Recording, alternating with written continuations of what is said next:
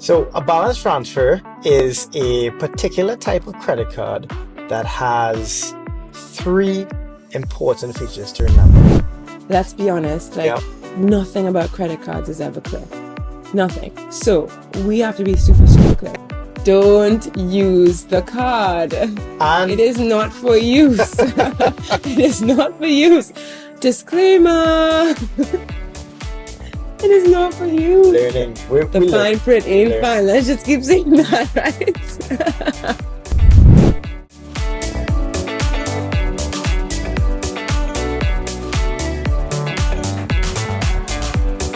Welcome back to the Debt Freedom Made Doable podcast with Henry and Bianca. What's up, folks? We are thrilled to have you here again, or if you're here for the first time, we speak about how to journey towards debt freedom, tips and advice. We ourselves had debt and we walk through that to debt freedom. So we are excited.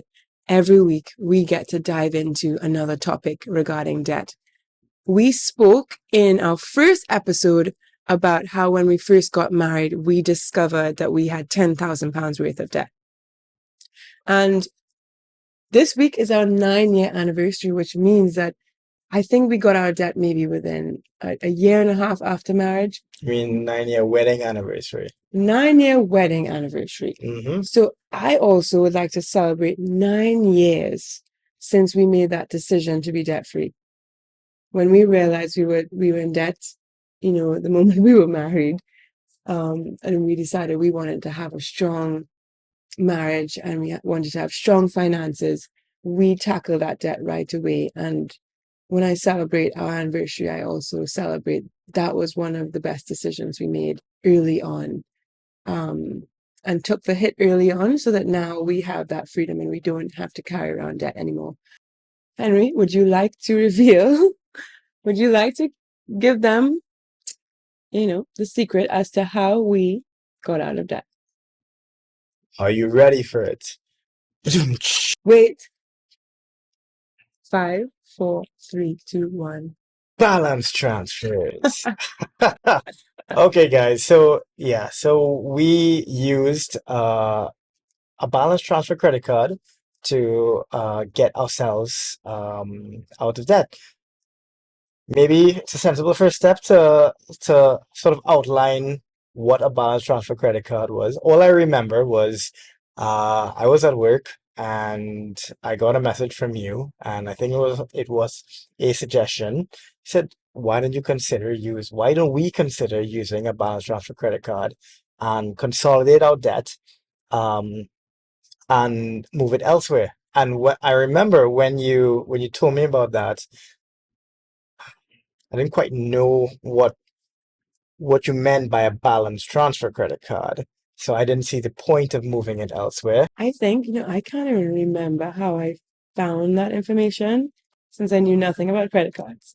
But I think probably the 0%, rate just got me like no interest. And that we're going to get into how that marketing really pulls customers It's a in double-edged sword. because we say I love recommending things that worked for me, but I also recognize that there are traps. There are traps in every solution, and you have to do it right, and you have to do it well, or you will fall into those traps. So when we say dun dun dun, balance transfers, we're not saying magic bullet. It's not a magic bullet, but it can be very effective if you know how to use it well, right? And we made some slip-ups, which we're going to talk about, but it worked well for us. It was quite effective. Quite effective up to the point, if I remember correctly, we had to use this tool twice, right? We used it once, and then we had to consolidate that debt with another card, and then we stuck to it. But that Okay, let's rewind. Okay, so now we know, we just put it out there that balance transfers. Let's not just treat this like it's gold dust. Let's treat it for what it is. First of all, what is a balance transfer? Because when I first saw that £10,000 debt, I had no idea what a balance transfer is. But What is it?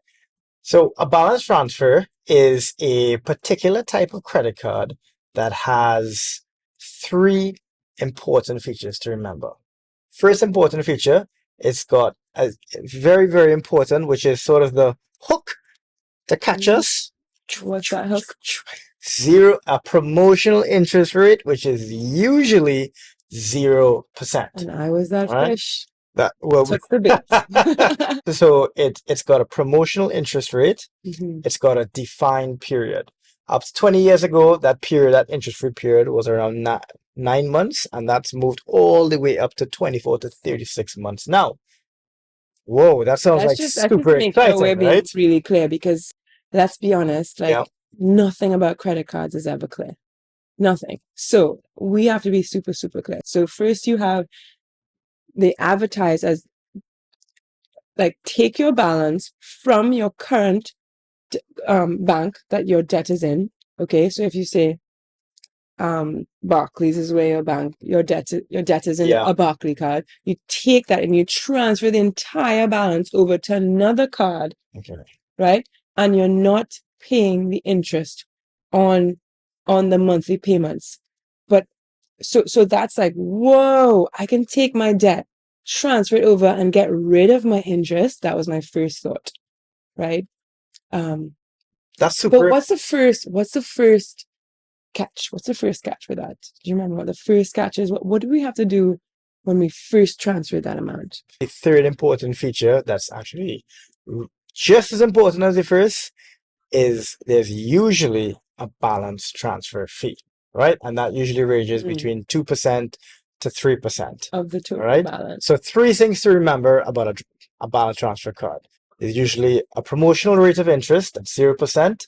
It's usually for a defined period, and there's usually upfront fee. So let's say, okay, so I take my £10,000 from Barclays, and then I Move it to move it NatWest. over to NatWest, Yeah. the whole balance. But as I do that, I need to pay 2% of that. So 2% of 10,000 is 1% is 100, 2% is 200. 200, right? I was going Yeah. to say that, but last Yeah. time I tried to calculate on the fly, Yeah. I embarrassed There myself you go. and I had to cut it out the video.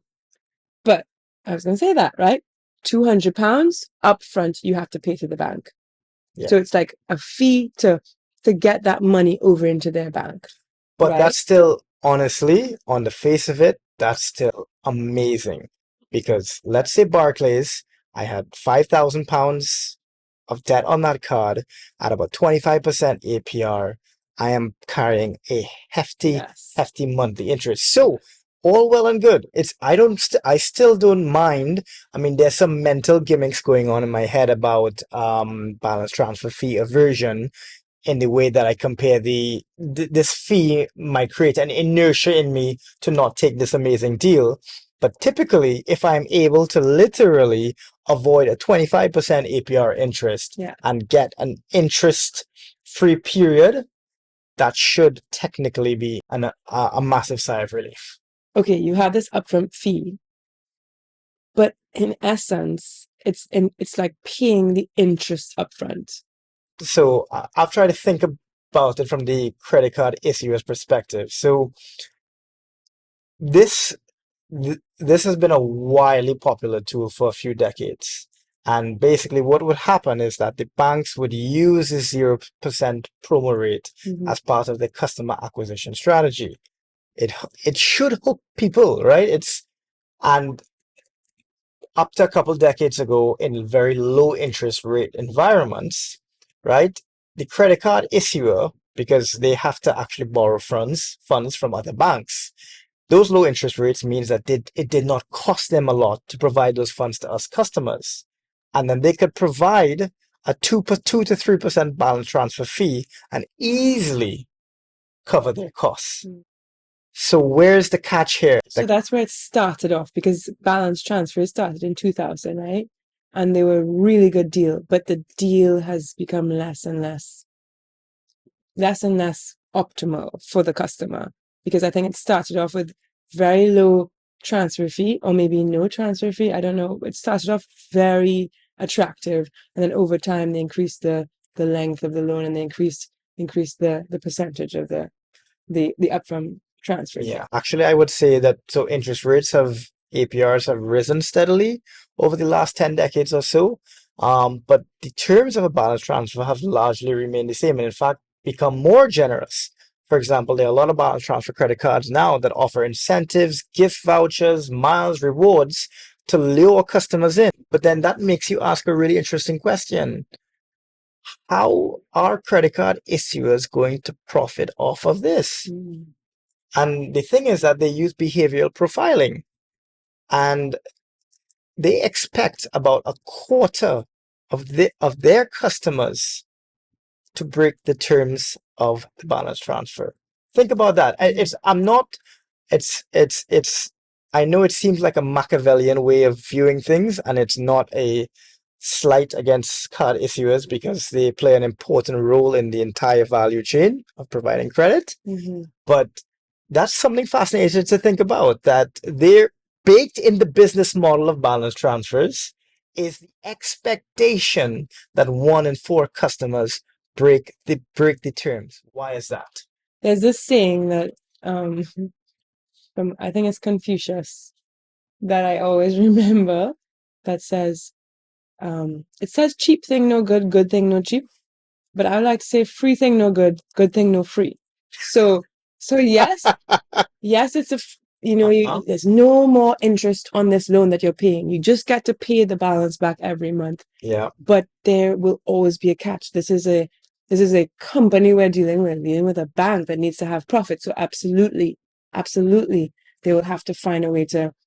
They'll have to have a business model behind these balance transfers. It's not just an altruistic thing that they're doing. So absolutely, we have to always be wise when it comes to borrowing money all the time. There's absolutely. not just a Robin Hood going out there just giving people free money. It doesn't exist, right? And that's why so many people get caught up with loan sharks and so on. Like free money doesn't exist, and there's always a catch.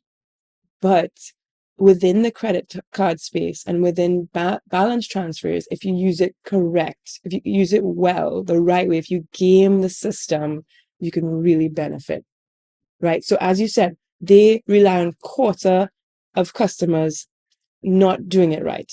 Quarter of the customers either breaking the balance transfer agreements and so incurring a bigger APR than their former bank, right? So they end up paying more in interest in the end. So the bank gains that interest. And yeah, they rely on that. And so what does that mean for those who want to be debt free? It means that we need to make sure we're not in that quarter, that quarter of people, that 25% of people, right? And how do you do that? And yeah, so we're going to discuss how we do that, how we make sure we are not in that 25% that makes those errors. And the reality was that we were in that 25% because the one thing about credit cards is that there's a lot of fine print. And it ain't fine. It ain't fine at all. We call it It ain't goobly gook. fine. It's all about that goobly gook. You know? No, I would say, look, let's get straight into it. And let's get direct with our viewers and our audience. What can we say in as simple terms as possible? How can you game the system? And you game the system by taking advantage of balance transfers in a way that you as a customer profit. I don't want to say the credit card issuer They're loses, not but losing necessarily. yeah, If you're paying off your debt in a good amount of time, they got your 2% upfront fee and they wouldn't have gotten anything if you didn't transfer to their bank. So there you why are go. we talking And about they that actually, anyway? yeah, three things. Yeah. Pay on time, pay as much as you can, don't put any new debt on your card. And Mm. that takes us back to Because why we broke our we first balance use transfer. the card. Don't use the card. It And is not for use. It is not for use. Disclaimer. It is not for use. learning, The we fine learn, print we ain't learn. fine. Let's just keep saying that, right? No, really, we really have to realize, all of us have to realize that when it comes to the things that get us in that hole, it's usually the marketing. And I did get hooked in with that no interest fee marketing. which is But it good. is so important It's to an know, inherently good thing. okay, free thing ain't good. Good thing not free, right? So what about this? Always question that. And we didn't realize that when you swipe that card, immediately you're breaking the agreement. You no longer have 0% interest. And all of a sudden you have this whopping APR, right? A whopping interest rate that is suddenly now applied to your entire debt. That's right. And I mean, apart from always having a beer or a glass of wine while you read the fine print, because it could be sometimes nauseating, it is worth reading it. But if you read it, most balance transfer cards would you need to be aware of when your promotional period ends, right? You need to know what happens when What do you mean by the promotional period? the promo For instance, meaning that, for example, most balance transfer cards would say you get 0%, which is your promotional interest rate for a defined period. At which point, at the end of the period, it can be either 9 months, 12 months, 24 months, or 36 months. And at the end of that period, you owe, right? Sorry, that promotional period ends and that promotional rate ends, and you default to your standard APR, which may so be if you want to take advantage of that interest rate and pay off all your debt without the interest, you must pay by the end of that promotional period, because once that ends, your APR is going to go up, your interest rate is going to go up massively, right? on And any new and spend. the longer And the the period, compounds. the higher the interest rate is, right? So the longer time you have to pay it off, the higher the interest rate is. So you have to choose optimally. You have to actually choose what is the most I could pay off every month that I definitely know I can pay this amount in the shortest amount of time. You don't want to have this long period, because actually at the end of that period, you end up with a very high interest rate. That's right. And so you talked about a step that we actually discussed in the last episode, which was figuring out what you can afford. I think as part of the wider exercise of choosing a balance transfer card, complete a statement of affairs and set a budget for yourself and work out how much you can afford. And then choose a balance transfer card. Because, like you said, what you don't want to do is choose a too long period, because usually the longer the period, that might mean higher balance transfer fee. It usually does mean. Yeah, and that may not be So optimal that's for not like, okay, longer is better. That's not true. Longer is not better. What is best for every person is calculating what can I comfortably pay off every month, the maximum that I can comfortably pay off, my affordability, paying that up every month and calculating how long will it take for me to pay that off, and then choosing a period based on how long. So if, for instance, we had £10,000 in debt, if we say, okay, we comfortably can pay £200 a month, and then you see how many months will I have to pay £200 until all that 10,000 is gone. That's absolutely right. And just one point to add to that, while you run that process in your brain, see if you could choose a card with the lowest balance transfer fee. So I think if you do those two things together, you've got yourself I think I've aligned on balance a transfer card fee, for but then myself. you also have to consider what's going to be the rate after that promotional period. But remember, so we made the mistake of using the card, right? Big mistake. Don't use the card as long. If you want to take advantage of this incredible tool to pay off debt and to save on the interest, because when we save on interest compounds, which means that it just grows over time, right? And if we save on the interest, that money is savings. That money can be used elsewhere. That money can contribute to us being stronger financially. It's really important to know that as Tesco says, all every little bit helps, or something, right? I love that saying, because every little extra does help in the long run when it comes to finances. Every little extra helps. So saving on that interest is an amazing thing, and it's something that we should aim towards, because it also means that we have less of a burden in paying off our debt because we're paying off less. Okay. And it's going to be easier to pay off our debt, but we have to commit to that.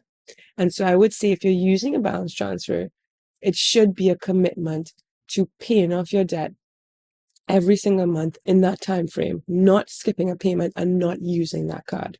I would not recommend a balance transfer if you plan to use that card. And then during that period of time, I would say the period of time in which you use a balance transfer card, I would say don't use credit cards. In that period, say to yourself, okay, I've gotten myself into this position where I don't have control over my spending. Yeah. I don't have good, healthy habits. In this period of time, it's like a fast, right? I have a 36-month fast from spending like this. I cannot use a credit card. We cut up that lovely black card. We cut it up with a scissors. Wasn't necessary, but we cut it up as a symbol of we are going to break this habit. We're going to go cold turkey. And that's what I would recommend. Like in that period of time, don't use credit cards until you get through that period. If you can, obviously we understand that it's not always possible, but I don't think it's wise to use a balance transfer if it's not going to be possible for you to not use a credit card during that time. Absolutely. So I think, again, the overarching theme here is gaming the system. Yeah. So here's how to game the system. I'm just sort of re-emphasizing some of the points that you talked about earlier. Your old card, you would have paid that off, close it down. Close it down. That should have been paid off now. You didn't pay it off. You transferred the balance. Yes, but the old card is still going to be active and live, and it's now going to have a massive credit limit that you can use. Mm-hmm. But the point is, close it down. So you want to retire that off, right? Set it up if you can. I would say yes. Oh, you mean like close down the account? Yeah, literally close down the account, right? Because you've already replaced one with the other. And then the second card, so remember we tried balance transfer twice, right? First time we broke it, we didn't just what's the word for it? We didn't just incur new spending, but we also missed payments. We're going to talk about that in a little bit. But to stop yourself from new spending, like you said, cut up the card. This is about gaming the system. Cut up the card. So you have it on your online banking, you have it all visible there, and you've worked out exactly what you could afford. So that ties in really neatly. So you've worked out direct debits. That is exactly right. Set up a direct debit and just automate payments directly from your debit account to your credit card account. Absolutely. At the beginning of the month. It's always good to have direct debits go at the beginning of the month after you've gotten paid, not at the end when things might bounce. Oh, yes, true. That's a really good point. Yeah. So set up a direct debit at the beginning of the month for that amount so you don't miss those payments. It should not be something that you have to remember and do it yourself. Set up that direct debit. And we missed payments, and then we used the card, and then I think we had to do another balance transfer. But then that worked though. It worked, but it incurred more fees, so it's money being thrown away. But something I just thought about is that actually using a balance transfer card and doing it well is really great practice in building habits. It actually it's a habit builder in itself. Because if you think about it as so, if you make something like really unattractive, mm-hmm. then it's more likely that you're not going to do it, right? Mm-hmm. So if you truly understand, okay, this balance transfer card, if I use this, I'm going to incur a possibly higher interest rate than my other card, or I'm going to start accruing interest again. I'm going to lose out on this amazing opportunity to not pay interest, and I'm just going to end up in the same place I was before. Just understanding how frustrating that can be and how difficult of a position you're putting yourself back in, just like internalizing that can actually incentivize you to build the good habits. And if you do the balance transfer well, and you do that, you pay the balance every month, and at the end of it, you've done it, then you are ready 50 steps further than you were before, because now you pay your credit card on time. And you've done Yeah. that for 36 months or 12 months or 18 months. You've done that for 18 months. Now you know how to do it. Now you know how to budget. So just the practice of using balance transfer cards actually is a really great way to build the habits that you need to make good decisions when it comes to credit cards. What could be really important is reframing the entire approach towards credit card debt, because when on our first balance transfer credit card, I had this, debt holiday mentality. And I think we were lulled into this false sense of security, 0% interest. You are on a vacation From your debt, in from a interest. sense, right? Well, no, yes, you're on a vacation from your interest. You're not on, see, the thing about it is that psychologically, you think relief. All right. And then you're coupling interest and principal and saying, oh, I'm on a vacation. And then you basically take a less proactive approach thereafter. But what you're suggesting is that you actually need to be more proactive, because you need to manage that debt Yeah. and steward that debt really well. And the real trick here is, instead of thinking, so it's about reframing. How do you reframe the entire approach? You're not on instead of thinking that you're on a vacation from interest, your job is to attack the principal. Attack the principal. Wait, what? Attack. Attack the principal. Yeah. So the principal is the same £5,000 that you owe. We're not talking right? about school. Right. Right. No. So you moved from Barclays to NatWest, right? And you're on a vacation from interest. You're not on a vacation from principal. Yeah. Right? That amount The is still amount that owed. you still have to pay off. Exactly. And going back to your point about budgeting Yeah. and saying, okay, I could pay £50 a month. Your job is, instead of saying, I'm on a vacay, I want to attack the principal as much as how much can I pay off as much as I can? Put a dent into that principal. Yeah. Yeah, we're not on holiday, and we're not on holiday until there's no more debt. Or yes, until we're debt free, because actually where we want to get to, we don't want to just get to less debt. Yeah. We want to get to a place where there's no debt at the end of every month. Every month you pay off your credit card.